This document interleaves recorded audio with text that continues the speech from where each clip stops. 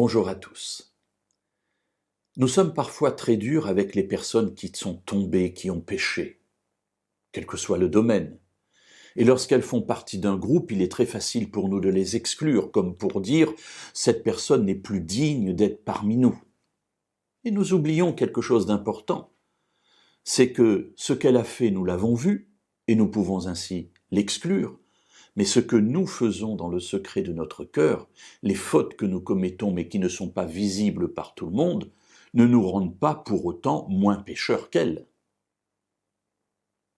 Dans la Bible, un épisode est très significatif à ce sujet et nous apprend quelque chose de très beau sur Dieu. Nous sommes au matin de la résurrection.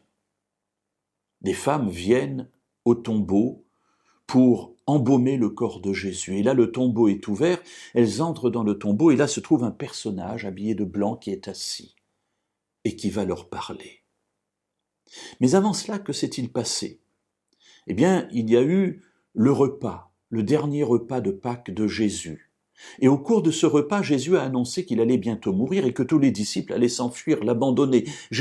Pierre est intervenu à ce moment-là et a dit « Oh non, Seigneur, moi je ne t'abandonnerai pas, quand bien même eux t'abandonneraient, moi je ne t'abandonnerai pas. » Alors eux, c'est les autres disciples, les autres copains, les autres collègues. Et du coup, eux interviennent en disant « Non, non, nous non plus. » Personne ne veut être en reste. Pourtant, au moment du procès, tous se sont enfuis, sauf Jean qui est là, présent, et Pierre.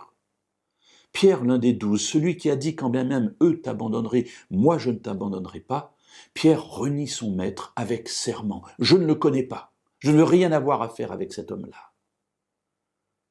Et après avoir pris conscience de sa faute terrible, il s'en va et pleure amèrement.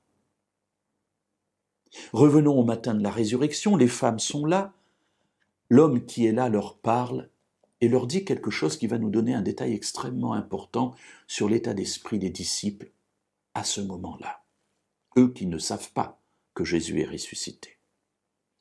L'homme leur dit « Allez dire à ses disciples et à Pierre qu'il vous précède en Galilée.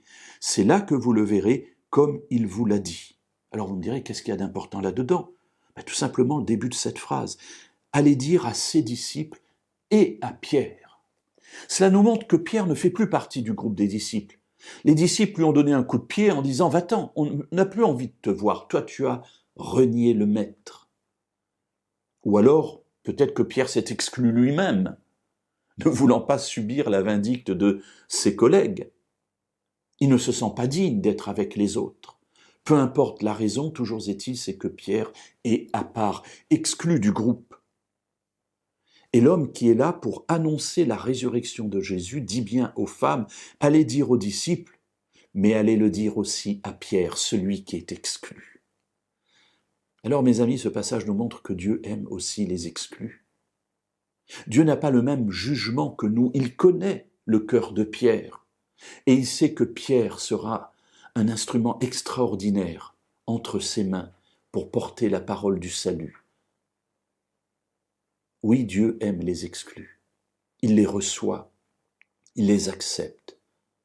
Alors si vous l'êtes, n'hésitez pas à vous tourner vers Dieu, parce que Dieu vous aime.